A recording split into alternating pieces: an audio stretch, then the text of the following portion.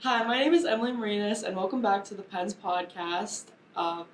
This is Teirra Preston. She's from the women's basketball team, and we're going to be asking her just a couple questions about her life and basketball. And, well, let's get to it. So, my first question is just how often do people misspell your name? Very often. Funny thing is that I say I before E except after T. So it works, but very often. Right. I definitely have misspelled it a couple times. That's I'm not okay. gonna lie, but That's all right. So when did you start playing basketball, and how did it start? Like, how did you start playing basketball? I actually started pretty late. I started in 7th grade, and I was a cheerleader at first, which is a little That's weird great. to see, yeah. But my aunt was a big time high school basketball player back in my hometown, and that just kind of inspired me to want to just take up the sport, especially since I was taller than a lot of people growing up. Right. So, 7th grade, I begged my mom to go to tryouts. She let me go, and next thing you know, I was on a roll playing that, going to AAU. So, yeah, it just took off. Where are you from again? York, PA. York, PA. Yeah. Okay. So what AAU team did you play for? I jumped from the Wrens, and then I ended at, the York Wrens, and I ended at the York Lady Raiders, Okay. and that's where a lot of my, showcasing came from. They helped me a lot with building to where I am now. All right. Cool. So you've undoubtedly been one of the veteran leaders on the team the past 2 seasons. Do you relish that role? Yeah. I feel like I've grown relationships with mostly everyone on the team, and a lot of it comes naturally in a way. They just look up to me, and I guess I'm like someone that can be there for them, and I take like a motherly role, they say. So, yeah, everyone really resides or comes to me when anything's going on, or they want someone to talk to, or just some type of guidance, and I really appreciate that. So, I feel like taking that role was just natural. All right. Are you a quiet leader or a vocal leader? I'm very vocal.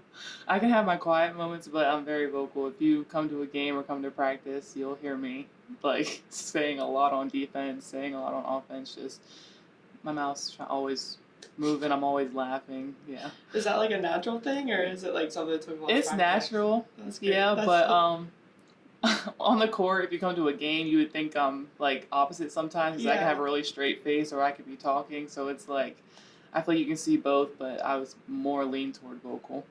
Like I played basketball back I was in college. Mhm. Like I played at E3 school. Mhm. I feel like it was so hard for like me to like be a vocal person. Like whenever I was on the court and stuff, and it was always something that coach had to like pound my head. So that's awesome that you like can do I that. feel like it could be a little intimidating sometimes because you don't want to hear your voice overpower everyone. Yeah. But it actually really helps. Yeah. It helps everyone get on one accord. So if I'm just going to keep doing it, and let's go down that road. Yeah. At 14-4, you guys have been doing really good as of lately, like amazing.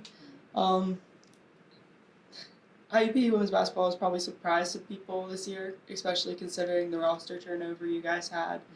Have you surprised yourself this year?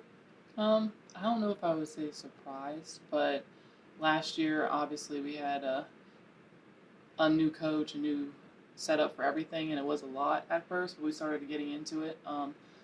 And we lost a few people, but coming back this year, we had a lot of veteran players or a lot of people that had experience, especially with the coach, and then we brought new people in, so we kind of had a foundation to help those people just get adjusted, and we all knew we had strengths in so many different areas. We all had great talents, and if we put it together, it would flourish, and I think that's what we're starting to realize, and just come together and build great chemistry.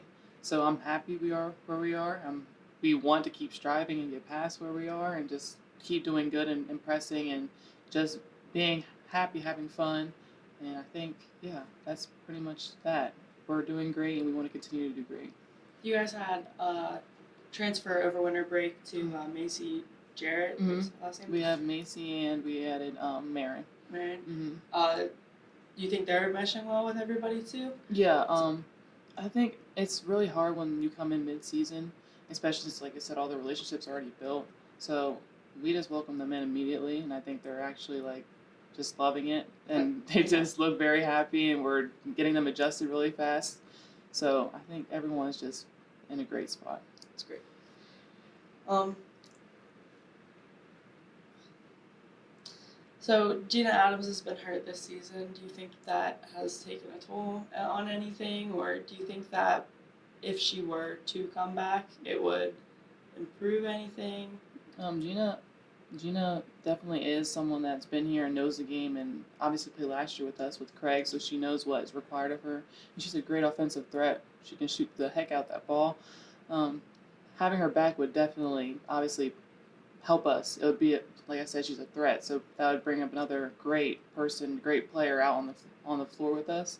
I'm sad she's not. I think everyone is, but we all know that we're there for her. If she needs anything, she knows to call us. And she's still on the sideline cheering us on, so we appreciate Gina so much. Yeah. How far do you think this team can go this season? The sky's the limit. I don't even want to put ending on anything. I think we can go really, really far. And I think that's just coming from within. We all have to believe that. We all have to want to strive for that. And I think that's where everyone is. The mindset, we all have. So, or keep chugging, keep pushing. What has been the highlight of your season so far? I would say, honestly, I'd probably say everything. It's kind of cliche, but it's my last year, so I'm trying to just embrace literally every moment and understand that it's about to end soon, unfortunately. But it's all been great. It's experiences, having new people come in, learning how they are and their personalities. Going back into conference play, like playing outside of conference play. There's so many different areas. But if I had to say my best moment right now, it'd probably be last night, beating Cal, and then we had a great outcome, great student section. A lot of people showed up, and just the energy was really unmatched. It was definitely a really good game. I mean, they were coming off like 3 overtime wins, and like they've been doing pretty good this season. I think they won their last 5 games or so. Yeah. So, like, you guys did really good. No, like, thank you. Honestly, like, it was a fun game to watch for sure for me, like, on the sidelines. So I'm glad. Yeah, I felt great. We were all having fun on the court, laughing, enjoying each other. So that was you could definitely just tell that energy was there. It was. So you're in your 6th year with the program. What made you stick around and utilize your extra COVID years? I always say I'm old because 6 years is a long time, but just the experience, especially having Craig come in, it was like, this is different. I didn't know if I wanted to stay. I wanted to see how it would turn out, and it just keeps getting better. I don't know. I don't really want to leave the IUP women's basketball family, but unfortunately, that time's going to come. It's just a different atmosphere. It's just you would never expect to gain the relationships, have the experiences that you do, and every part of it. I just love it so much. And then I got the opportunity to even get my master's, so it's like it's a lot of positives just pouring in to the decision. So yeah, I just took it. Yeah. And I came back for my last year. That's awesome. So you played for T-Mac for 4 years? Yep. What are the differences you feel like with the coaching, like between T-Mac and Coach Carey? I feel like with Coach Carey, you can tell he's very vocal and he's very passionate. You can hear him yelling on the sidelines, just saying what we're doing wrong, we're doing right, like yelling at the refs, very encouraging. T-Mac, he had those moments too. He was able to do it, but I don't think it was as strong as Carey. So I just enjoy Craig very much. I feel like we have a personal relationship as well as a coaching relationship, and he's just going to keep it up front with everyone, keep it real, let you know what's going on, and not sugarcoat anything, and that's what I really respect out of a coach. So I'm very glad I have Craig. It was an adjustment, but it's turning out for the good. Yeah. And I always thought it would turn out for the good, so it's just showing now. He's got a really fast-paced game speed. Do you think that was like a hard thing to get adjusted to? I'm not gonna lie, it was very hard. We worked on it consistently, and I think I enjoy it. Everyone on the team enjoys it, but it was definitely something different. Bodies had to adjust, minds had to adjust, and yeah, we just got to where we are now, and we're very thankful because it shows Yeah. obviously on the court. I feel like watching a faster paced game is more fun for the audience as well as the players. Like I know when you're playing like a quicker paced game, like you're getting more steals, you're making like them turn the ball over. Like I just feel like it's much more fun for the players as well as the audience too. It is like, fun, yeah. It's very fun. But so you were part of the 2018-19 team that went to the Elite Eight. As more time passes, do you appreciate more how significant of an achievement that was? Yes, I want to go back so bad. That was a great experience. I was so happy I got to be there and just see the veterans back then take over and do what they had to do and just take us all under their wing. Some moments I felt like that little freshman, like, oh, I want to be here. I want to try my best. Like, I want to make sure I'm not stepping on anyone's feet, and I want to like help them in any way that I can. And I'm just happy I experienced and like was just in that position and felt that way because they did a great job of showing like this is how the foundation needs to be set and this is where we need to go from here. And I'm trying to invest that into the little ones or the younger girls that we have now.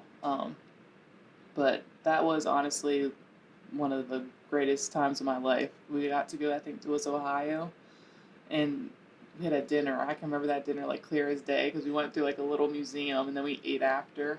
So many teams. This environment was amazing. It was beautiful, and just playing on that floor. I think it was Ohio Dominican. I can still remember because I think I stepped foot in the game for like 2 seconds. It was life changing. It was really life changing. I want to go back, and I hope we can.